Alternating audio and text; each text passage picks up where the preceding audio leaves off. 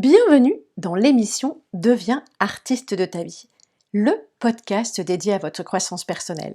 Ici, on parle de changement de vie, de nouveaux départs. On ose, on s'autorise, on se reconnecte à l'essentiel, on assume qui l'on est.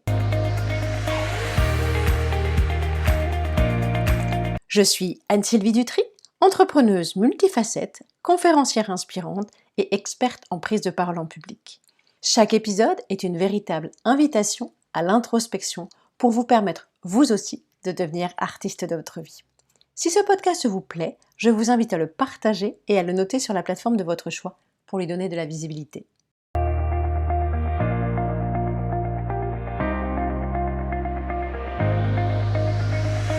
Vous avez été plus de 350 participantes pour la première édition du sommet âme d'entrepreneuse. Bonne nouvelle, la deuxième édition aura lieu du 9 au 13 février 2026 et je vous invite dès à présent à noter l'événement dans vos agendas.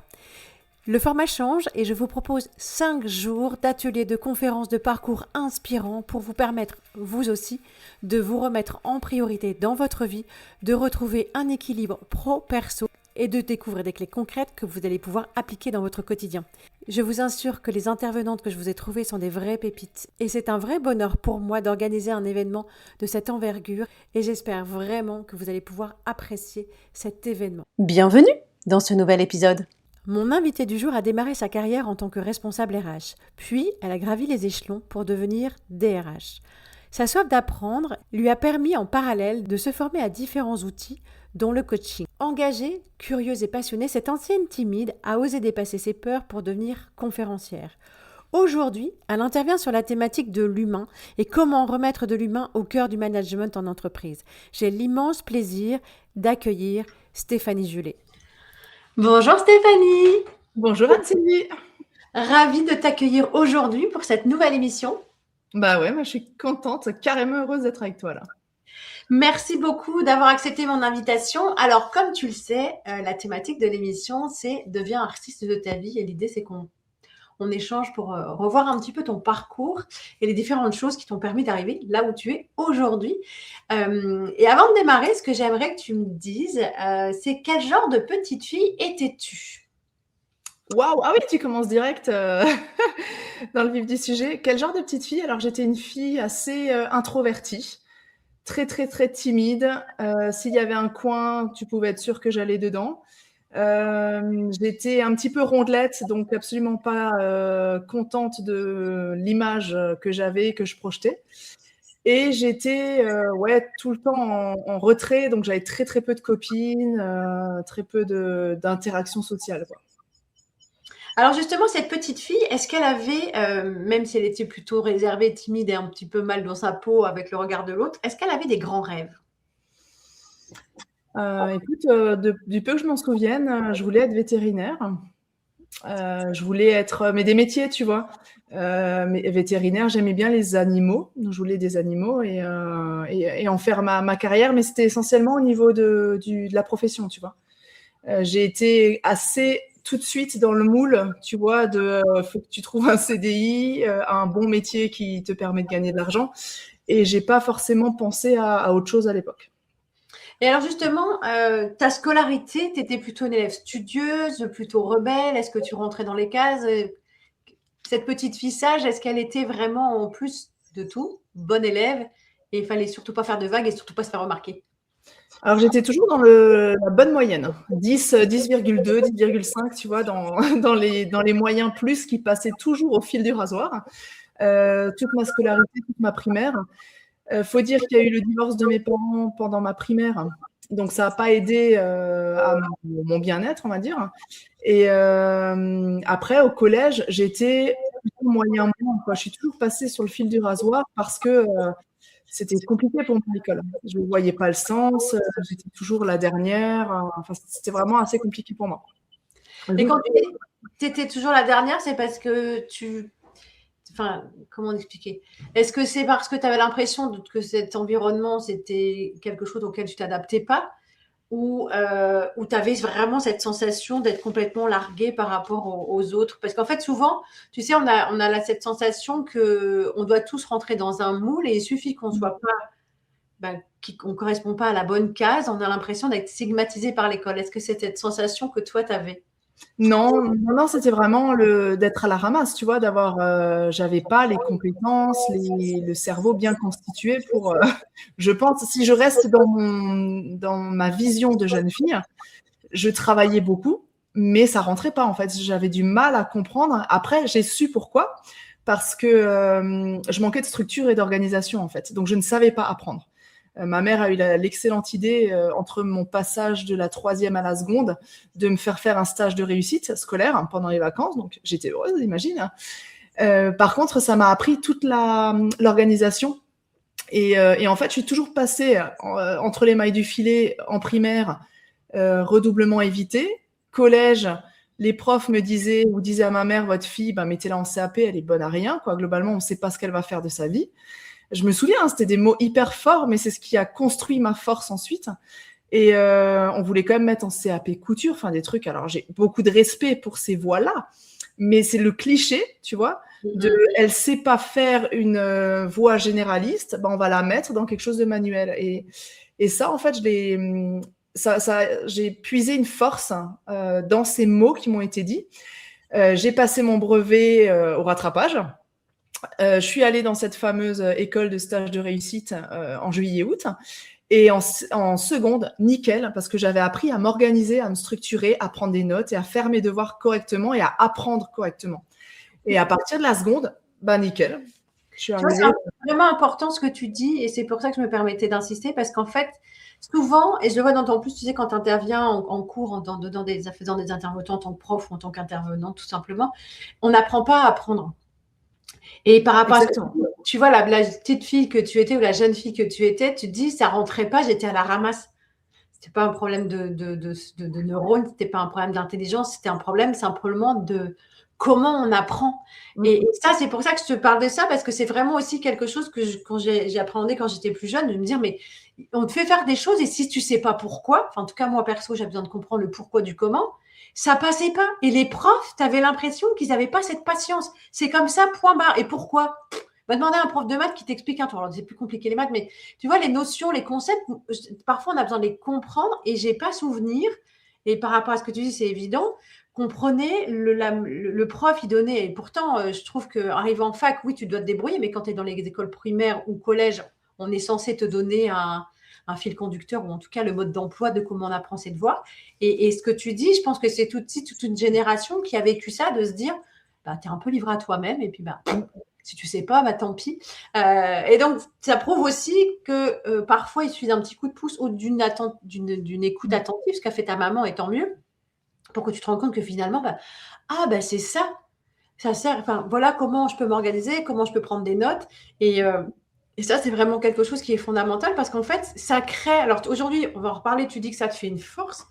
Mais si tu n'avais pas eu ce stage de réussite, en même temps, parce que souvent, tu vois, même les mots sont importants. On ne dit pas stage de rattrapage, ça dit stage de réussite. Et c'est super important. Et parfois, tu as des enfants, on les met de côté ou ils se sentent mis de côté parce qu'à un moment donné, ils font des efforts, comme tu dis, et ils se découragent.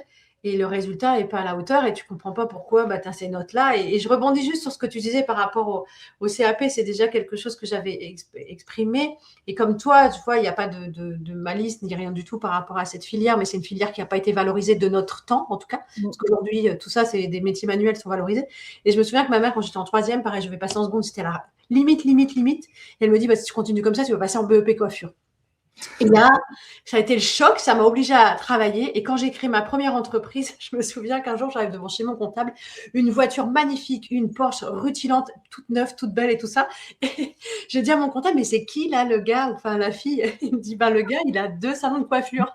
Voilà. Et là, tu te dis, tiens, le coup de, voilà, comme quoi c'était, tu vois, d'avoir des préjugés. Mais c'est important parce que après, ça se construit. Alors justement, pour revenir sur ce que tu disais, la seconde, ça se passe très bien. Est-ce que tu t'étais toujours orientée avec l'idée de partir sur vétérinaire ou au contraire, tu dis non, je vais faire une filière classique, Non, plutôt. En fait, tout s'est passé au collège et c'est là où tu vois à quel point ça peut te construire ou te déconstruire. Aux périodes de 3e, quand tu fais tes choix d'orientation, il y a un passage chez le conseiller d'orientation obligatoire. Et moi, je voulais être hôtesse de l'air à cette époque parce que j'adore voyager et j'aime surtout parler différentes langues. Et en fait, il me répond, ouais, enfin, c'est une serveuse en l'air, quoi. Vous servez des boissons. Et donc, ça m'a cassé mon rêve. Après que j'ai aussi alimenté par le fait que je voulais une vie de famille, et donc c'était pas trop compatible avec tout ça, donc c'était pas plus grave que ça. Mais son mot, en fait, sa phrase a complètement détruit ce rêve-là, en l'occurrence, et m'a guidée vers autre chose. Et après, je me suis dirigée vers le marketing. Marketing, communication, des matières beaucoup plus palpables. Pas généraliste, mais en tout cas concrète dans la vraie vie, quoi, réelle. Hein. Apprendre à faire un bilan, un compte de résultats, à vendre un produit. Moi, je me souviens, en première, je faisais mon CV. Aujourd'hui, quand je vois les filières scientifiques, elles font toujours pas de CV. Et quand moi, je les récupère en recrutement, bah, ils savent pas se vendre, tu vois. Donc ça me plaisait, ce côté pratico-pratique, créer sa boîte, travailler dans le marketing, la com, la vente, et ça m'avait parlé. Et là, pour le coup, dans cette filière-là, j'excellais. J'étais la première de la classe, tu vois, j'ai eu le bac avec mention, enfin. Alors justement, comment tu le vis, toi, cette remontada, j'allais dire, le fait que tu comprennes que le souci, c'était pas une question de compétence, c'était une façon d'apprendre, tout simplement. Est-ce que ça te redonne justement de la confiance en toi? Et est-ce que ça t'a porté justement jusqu'à maintenant d'être passé par cette école de réussite, de dire, mais je peux apprendre différemment, on peut m'expliquer et je suis en capacité de. Bah clairement, et puis ça nourrit surtout ma conviction, qui est de dire que chaque personne sur Terre est une pépite, un diamant, tu l'appelles comme tu veux, mais elle a quelque chose en elle, un talent qu'il faut trouver et l'exploiter. Et c'est vrai que si j'étais restée là sur cette base-là, mais j'imagine même pas ma vie, parce que j'aurais perdu totalement confiance en moi. Là, le fait d'avoir eu cette confiance-là, montrer l'évolution qui était possible aussi, le avant-après. Et puis surtout, je me suis ouvert toutes les portes. Je me suis dit, bah, tout est possible. Et en terminale, il y a une de mes profs qui était prof d'économie-gestion qui nous a dit, le Graal, quand tu as ce bac-là, c'est de faire une prépa école de commerce. Et là, tu t'ouvres toutes les voies. Et pareil, on m'a dit, mais tu n'y arriveras pas, c'est des grandes écoles, ça, c'est des concours. La prépa t'oublie. Et ça m'a donné la force d'y aller. Tu vois, en prépa, j'étais en liste d'attente parce que j'étais pas prise. J'ai fait une lettre au proviseur principal. Je suis allée le voir. Il m'a dit, Stéphanie, je me souviendrai toute ma vie, j'étais en train de faire du repassage. Hein, ma mère, elle bossait. J'avais quoi, 18 ans. Le téléphone sonne. Et c'est le proviseur qui me dit, bon, écoutez, mademoiselle Julet, on a bien reçu votre lettre, je vous donne une chance, vous avez 1 mois, mais je veux pas que votre niveau nivelle la classe vers le bas. Tu vois, tu te rends compte qu'on m'a dit? Et ça, bah pareil, je me suis dit, ok, bah mon vieux, je vais te montrer que je vais pas la niveler vers le bas, mais au contraire, je vais être une force. Je suis devenue déléguée, j'étais parmi les 5 premières de la classe. Au résultat des courses, j'ai fait un épuisement à la fin de l'année, tu vois. Donc, Alors justement, il y a aussi de ce que tu expliques, il y a aussi ce côté un peu rebelle, du genre, bah, j'ai prouvé que je peux pas y arriver. Donc cette force, elle s'est nouée, elle s'est construite aussi au fur et à mesure par rapport à ce que tu expliques. Alors, donc tu fais ton épuisement, mais tu finis par être diplômé oui. de cette école de commerce. Et comment tu arrives il y a peut-être plusieurs étapes que tu vas nous partager parce qu'aujourd'hui, voilà, tu as une carrière de conférencière et tu as travaillé aussi longtemps dans les RH. Est-ce que tu es partie de cette prépa pour arriver au RH ou il s'est passé tout un cheminement professionnel? Écoute, cheminement et hasard, synchronicité beaucoup, hein, parce que je suis partie en Chine, à Shanghai, dans le cadre de mon école de commerce, et j'avais 3 possibilités, finance, marketing, relations publiques ou RH. Moi, je voulais gagner de l'argent, clairement, donc je voulais faire de la finance, sauf que j'avais pas trop d'appétence sur la matière. Et donc j'ai commencé par le marketing, ça m'a pas trop plu, et quelques semaines après, j'ai choisi finalement un job en RH. J'ai commencé dans le recrutement, j'ai adoré. Ça m'a ouvert à plein de manières de travailler. J'ai vraiment apprécié le contexte. Mais ça, c'était en cabinet de recrutement, donc rien à voir avec les RH. Et ensuite, là, j'ai trouvé un apprentissage dans les ressources humaines où là, je me suis dit, ouais, il y a quelque chose à faire. On est un pilier dans l'entreprise au niveau des ressources humaines. Et on a besoin de personnes pour bien s'occuper des collaborateurs aussi. Alors justement, cette, j'allais dire vocation qui est née avec le temps, parce que je pense que c'est quelque chose aussi où toi, tu t'es rendu compte que tu avais cette appétence d'être à l'écoute des gens, de pouvoir répondre à leurs besoins, parce que dans une entreprise, pour que ça fonctionne, c'est le besoin de l'entreprise, comme tu dis, on recrute la bonne personne, mais c'est aussi de faire en sorte de grandir les équipes et que la personne puisse s'épanouir pour évoluer au sein de l'entreprise, au service de l'entreprise. Ça, c'est parfois, je ne vais pas dire qu'on l'oublie, mais c'est vrai qu'on presse un peu le citron. Comment toi, tu as vécu cette arrivée dans le marché du travail avec peut-être tes idéaux de jeunes femmes qui avaient voyagé, etc. Comment ça s'est passé les premiers temps sur le terrain? Est-ce que tu t'y es retrouvée ou déjà tu sentais qu'il y avait des choses qui ne te convenaient peut-être pas? Alors au début, je suis arrivée, moi, avec mes croyances et mon driver soit fort. Donc, coûte que coûte, la vie, elle va te mettre plein de bâtons dans les roues, donc tu dois te montrer forte et tu dois attaquer, quoi, sortir les armes et toujours avoir le bouclier pour pas te faire attaquer, tu vois. Ça a été ma construction. Et donc, j'ai commencé mes premiers jobs avec cette image-là. Et donc, j'ai pas été un manager très cool. Je suis sortie d'école de commerce, donc j'ai tout de suite eu un poste à responsabilité. Donc, j'avais 4 personnes à manager. Et j'étais vraiment pas cool parce que, sois fort, t'es autoritaire, profil très, très rouge, hein, si on se réfère au disque, par exemple, où il y avait, tu travailles, tu vis pour travailler, quoi. Moi, je m'en fous de tes états d'âme, tu dois performer. Et j'ai évolué systématiquement dans des environnements masculins. Je dis pas que c'est masculin, mais c'était dans des environnements très masculins, ce qui n'a pas aidé à apporter de la douceur dans ma manière de manager, tu vois. J'ai ri parce que te connaissant, t'es pas du tout l'image que tu renvoies aujourd'hui. Tu es quelqu'un de doux, bienveillant, à l'écoute. Enfin, du coup, c'est intéressant d'avoir le paradoxe par rapport à ce que tu expliques et de connaître aujourd'hui. Alors justement, ce job que tu incarnes en étant le manager, en plus, je pense à tes yeux comme aux yeux de beaucoup de personnes, parfait, parce qu'il y a des résultats, ça se file droit, voilà, les collaborateurs, ils avancent et puis l'équipe, elle fonctionne. Comment t'en arrives, toi, à te remettre, j'allais dire, en question? Ça a été quoi ton déclic? Parce que je sais, je vais te laisser expliquer, mais il y a un vrai déclic qui t'a fait prendre conscience que la vie, c'était pas que ça et qu'il y avait bien d'autres choses. Est-ce que tu peux nous partager justement ce déclic qui, à un moment donné, t'a fait vaciller dans tes croyances et dans ton équilibre intérieur, j'allais dire? Vaciller, chuter carrément, plonger, tout ce qu'on veut. J'étais enceinte de ma deuxième fille. J'étais pas encore en congé de maternité, j'étais enceinte et je venais de changer de direction à ce moment-là. Personne à l'époque qui n'aimait pas trop les femmes à des postes de responsabilité, qui m'appréciait pas moi parce que j'étais ambitieuse. Et en plus, pourquoi perdre du temps à être enceinte et désorganiser l'entreprise, tu vois? Donc j'ai senti tout ça au début de mon congé de ma grossesse. Et quand je suis partie en congé de maternité, là, j'ai pris conscience effectivement de tout le bonheur d'être en famille, de s'occuper de son enfant, d'être présent aussi pour son enfant. Et le déclic, c'est quand je suis revenue de mon congé de maternité, on m'avait enlevé mon bureau, on m'avait enlevé toutes mes affaires pro pour travailler, on m'avait enlevé mon ordinateur, enfin je n'avais plus rien. Les collègues, on leur avait demandé de plus venir me parler ni de m'aider dans mes tâches. Donc en fait, si je récapitule, tu arrives un jour au bureau, tu rentres, enfin, la petite histoire, je ne dévoile pas tout parce que tu as écrit un livre justement à ce sujet déjà pour aller écouter l'histoire de ton héroïne. En fait, tu arrives, il n'y a pas eu de signe avant-coureur, c'est-à-dire que tu découvres un beau matin que tu n'es plus la bienvenue dans ton poste dans l'entreprise. Enfin, c'est quand même hallucinant. Ah, c'est hallucinant. On ne t'a pas prévenu, il n'y a pas eu… Je savais que mon N+1 ne m'appréciait pas beaucoup, tu vois, mais jamais de la vie, j'aurais pensé que j'avais plus de bureau, plus d'affaires. Ils avaient sous-loué mon bureau, tu vois. Enfin, c'est un truc de dingue. J'avais un bureau isolé et puis on avait un open space avec les assistantes, les fonctions support et mon chef avait le bureau isolé à côté du mien.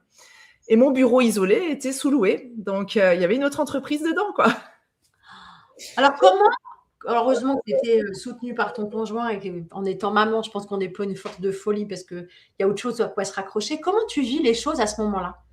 Toi, en tant que personne, en tant que femme, en tant que jeune femme, en tant que jeune maman, qu'est-ce qui se passe en toi? Comment tu fais face à cette situation? Alors là, il y a toutes les émotions possibles et inimaginables qui viennent te percuter.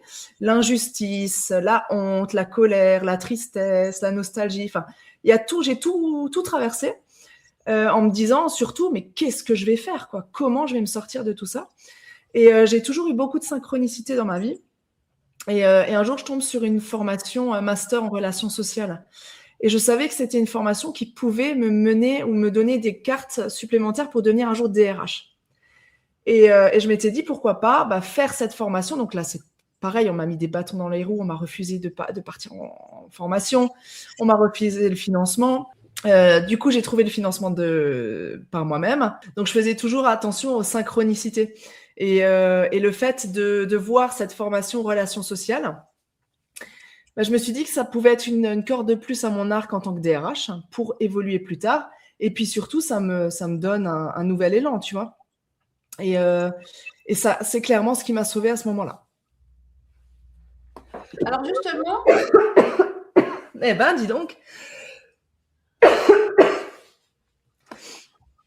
Ce cocktail d'émotions, comme tu dis, le fait d'être attentive à cette synchronicité, c'est des choses que tu as commencé à faire parce que tu avais déjà travaillé sur toi et sur ta façon d'appréhender ton environnement suite à ce qui t'était passé? Alors, pas commencé à de dire, bon, à un moment donné, le boulot, c'est bien beau, mais j'ai plus envie de vivre ces émotions-là ou tu as essayé de comprendre et c'est comme ça que tu t'es formée. Dans quel sens tu l'as fait?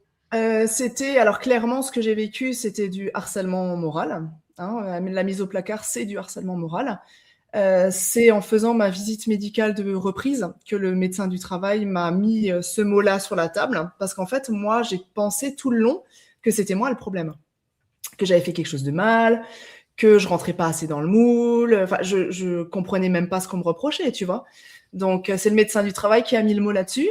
Et au final, bon, après, j'ai fait ma formation. Ça m'a ouvert l'esprit, ça m'a ouvert les yeux. Et après, j'ai commencé à aller voir une thérapeute qui m'a accompagnée parce que moi, je pleurais tous les jours. Hein. J'étais vraiment pas bien. Hein. J'étais vraiment au bord de la dépression, quoi. J'étais dans un état abominable. Et donc, je me suis fait accompagner par une thérapeute. Et là, ça a été le début de l'éveil, on va dire. Mais vraiment, le tout début. Et c'est quand je suis partie de cette entreprise où là, j'ai commencé à m'ouvrir au coaching, au développement personnel, à lire beaucoup de romans développement personnel. Et c'est ça qui m'a éveillée, en fait. Alors justement, comment tu as pu, parce qu'aujourd'hui, c'est vrai que dans ta façon d'appréhender les choses aussi, tes interventions, ça va être sur le bien-être, j'allais dire en termes de management dans les entreprises par rapport aux équipes. Comment toi, t'en es venu, je vais pas dire à en faire peut-être ta marque de fabrique, mais à être beaucoup plus à faire accepter ça, parce que on comprend que toi, l'ayant vécu, t'as pas forcément envie que ça se reproduise sur d'autres.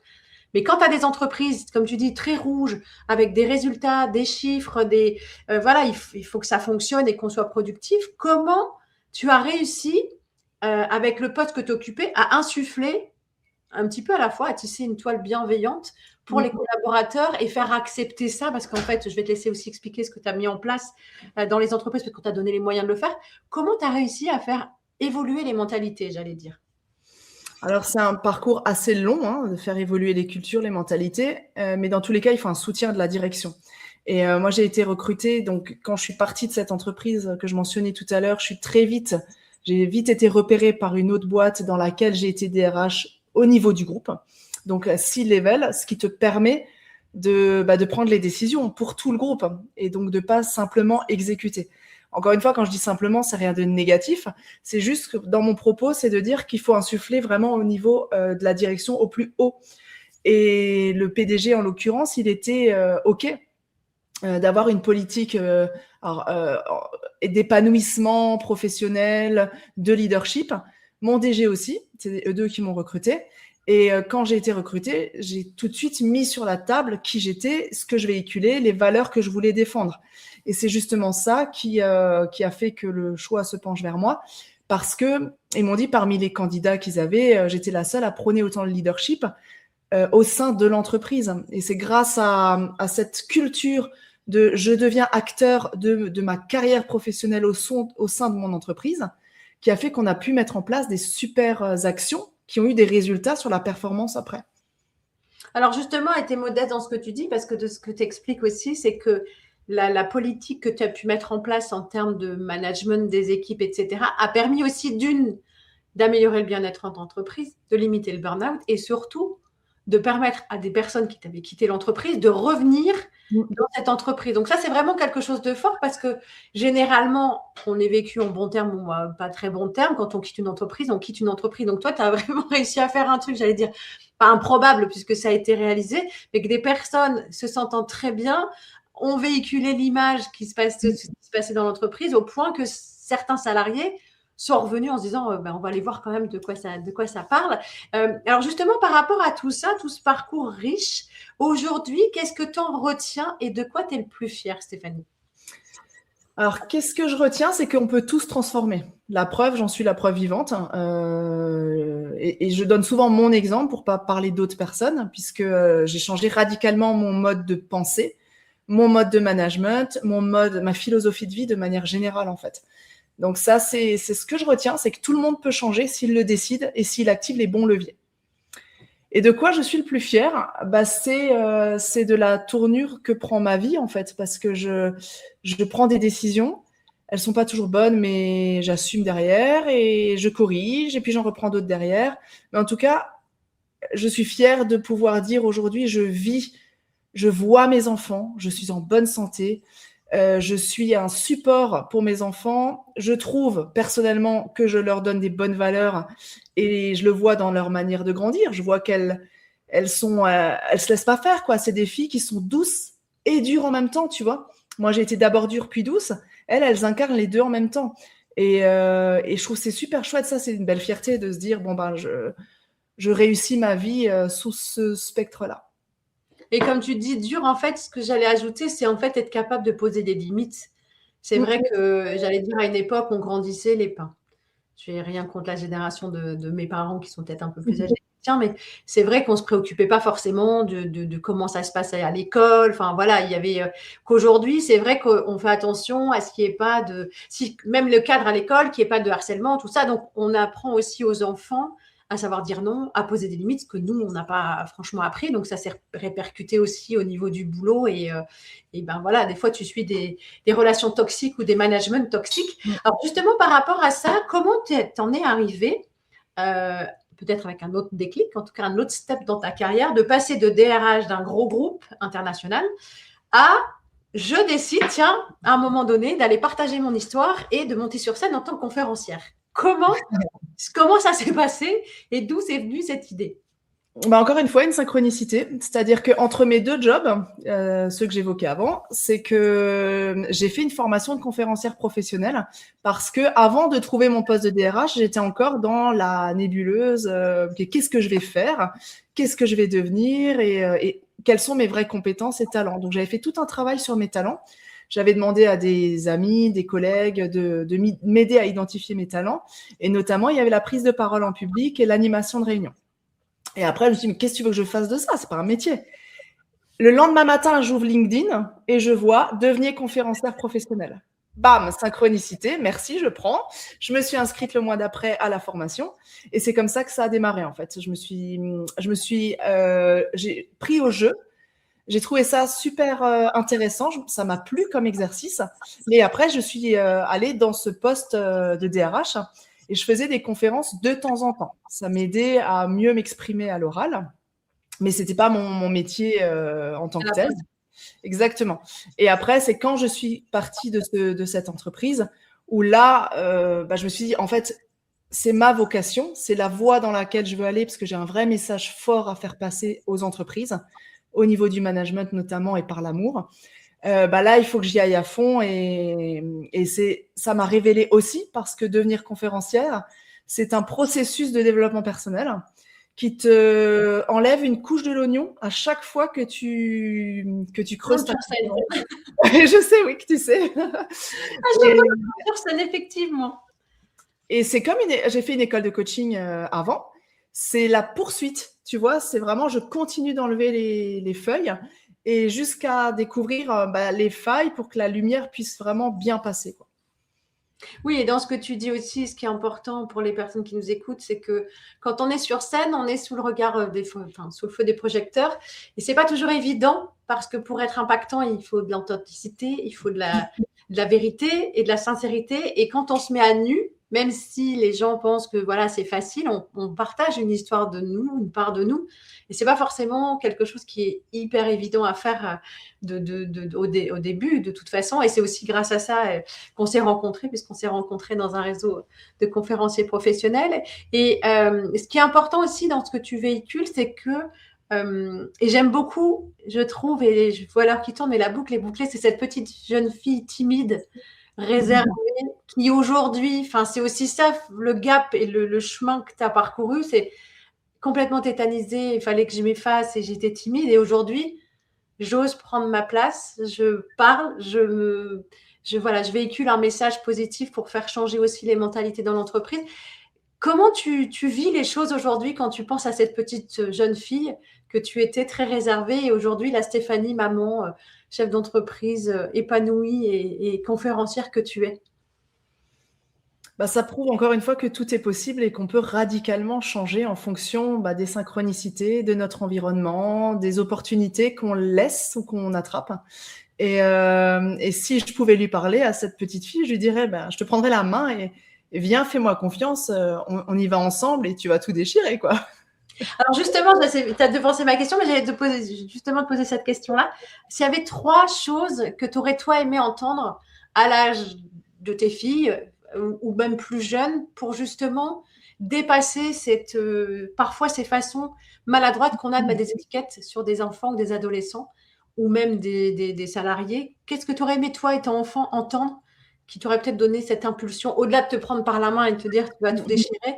Ça aurait été quoi ton conseil pour justement croire en toi et pas penser que c'est toi le bug, alors qu'en fait, c'était pas toi le bug, c'était juste la façon dont on t'avait appris qui était peut-être pas la bonne à l'époque? Ouais. Alors 3. Alors le premier qui me vient tout de suite, c'est fais confiance à ta petite voix. Que tu as une petite voix, parce que moi je ne savais même pas qu'on avait une intuition et tout ça, je l'ai découvert vraiment bien plus tard. Donc je lui aurais dit, tu as une petite voix à l'intérieur de toi, écoute-la, c'est ton partenaire de vie. Ça, c'est le premier conseil. Deuxième conseil, c'est croire en l'amour. Il n'y a pas que le travail dans la vie, il n'y a pas que la performance. Il y a aussi la famille, l'amour, l'amour de soi aussi, qui te fera grandir. Et ça, je l'ai appris très tard aussi. De ne pas penser à dire je t'aime à certaines personnes, par exemple, tu vois. Et puis le troisième, ose voir grand. Ça, alors c'est très cliché, c'est très cliché, tout le monde le dit. Mais osez voir grand, parce que de toute façon, on arrive assez facilement à se mettre des épines dans les pieds, et puis l'environnement nous en met aussi. Donc plus tu vois petit, moins loin tu vas, et plus tu verras haut et grand, avec toutes les épines que tu auras sur ton parcours, et plus tu iras loin. Oui, au-delà de cliché ou pas cliché, c'est pas l'important, c'est que c'est surtout assumer son ambition. Et aujourd'hui, avoir de l'ambition, ça fait peur ou ça peut amener des critiques, d'autant plus quand on est une femme parfois, dans certains secteurs. Donc, c'est vraiment important ce que tu dis et merci vraiment pour le partage. Alors aujourd'hui, donc tu es conférencière professionnelle, tu interviens pour les entreprises. Je vais te laisser rappeler ta thématique et te laisser le mot de la fin par rapport à cette interview, comment tu as vécu les choses, puisque je vois que l'heure tourne et que ton temps est précieux. Donc voilà, je te laisse le mot de la fin et préciser un petit peu sur quoi tu interviens et je vais remettre toutes les informations pour retrouver Stéphanie, tes réseaux sociaux, etc. en commentaire sous l'interview. Ok, merci Anne-Sylvie. Alors j'ai adoré ce moment, plein d'authenticité, et tu vois, comme quoi le corps parle encore malgré tout ce temps. Et alors le thème de ma conférence, c'est le management inspiré par l'amour, justement, et comment on peut apporter de l'amour dans nos relations professionnelles, avec le titre Manager sans amour. Il y en a qui ont essayé. Voilà dans quelle thématique on peut me retrouver en entreprise.